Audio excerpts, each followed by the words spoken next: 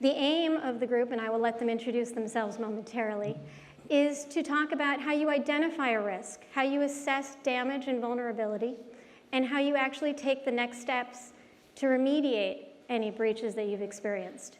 More importantly, the panel is going to share with you today missteps that companies have actually taken, lessons learned, for example, that we can go ahead and take the next step forward to ensure that if you do experience a breach, what you do next.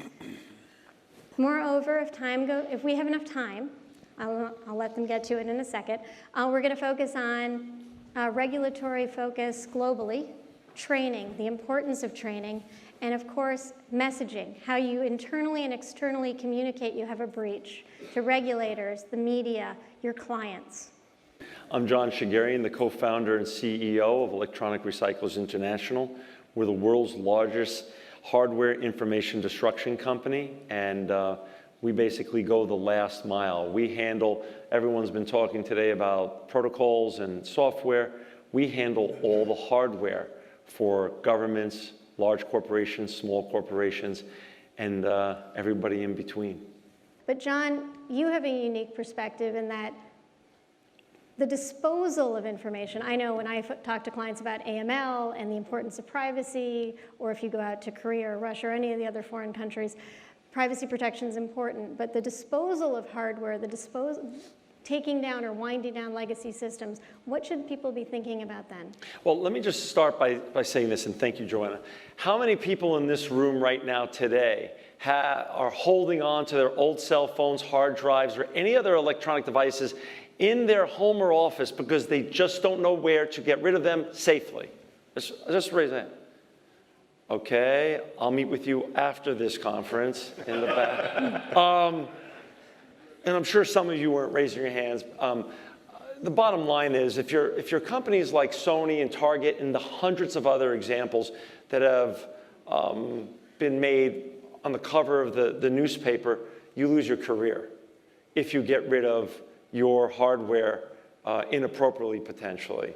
So the information contained in all of the hard assets that companies across the United States and the world are using right now is as dangerous as a ransomware attack and any other malware attack. So we had this wonderful conference today we're all attending, and I hear everything about protocol. I'm meeting all these wonderful software companies and other great investors. Nobody's been talking about where does the hardware go. Mike Steed, in one of the last conferences, who was sitting up here on the right-hand side, said the US federal government has about $17 billion worth of hard assets, the federal government, that they're looking to get rid of appropriately. That's just the US federal government. Besides CEOs worrying about their career, board members worrying about the reputation and goodwill of a company that they sit on the boards of, and the data that's encrypted or involved with all this hardware has to be handled the right way. We're the only company in the world, and right now in every zip code in the United States, that will turn your hardware, turn your data into dust. This is what it looks like when we're done with it. This is one size, this is another, based upon the service fees that we charge. And although the software is critical part of the element, we're the last mile. What we do is the last mile. Hardware is just as important as the software, because if you don't take care of the hardware side of your assets in your business, you're leaving the back door open for a horrible breach or cybersecurity attack. All right, so John, what are the successful ways you've seen to actually mitigate data loss? But probably more importantly, what strategies have failed? What strategies have failed? Strategies that have failed on the hardware side are companies or government entities believing what they read on the internet about their hardware and where their hard assets are going. As was pointed out on an earlier panel, first you have to identify what all your assets are, which ones are at risk.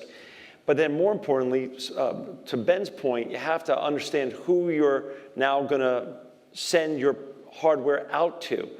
And that's just, you can't pick that person based on price, and you can't pick that entity based on what you read on the internet. You have to audit that company yourself and make sure that the audit's being done to some certifying body plus to your own satisfaction and your own standards.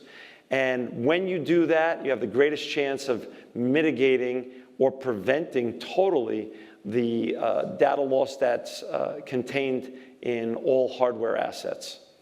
What would you do if you had a compromised system? Would you destroy the data? Would you try to look at the data? Would you analyze it? What would you do with systems and hardware for an analysis perspective? Yeah, from the hardware side, it's always destroy.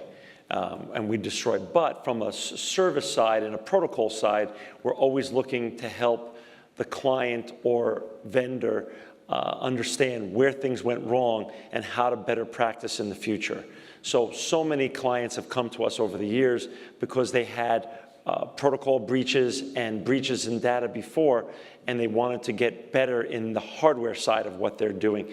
That's an ongoing process, and we work with clients out there and potential clients to constantly study downstream vendors, constantly study their protocol and how to get better at protecting their data from the hardware perspective. But we are always in the destruction mode when it comes to all hardware and information.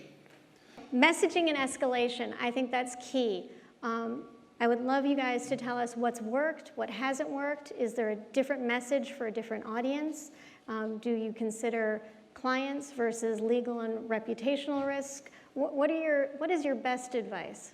What we find is clients are so different, even in the same industry or government versus private versus publicly traded. They all have their own DNA and their own culture. So you have to tailor a response and a solution that matches their DNA and culture. And that's the constant challenge. There's no one, for us, there's no one cookie cutter fits all. So it's about creating solutions that fit the culture and DNA of the government entity, the corporate entity, the privately held entity.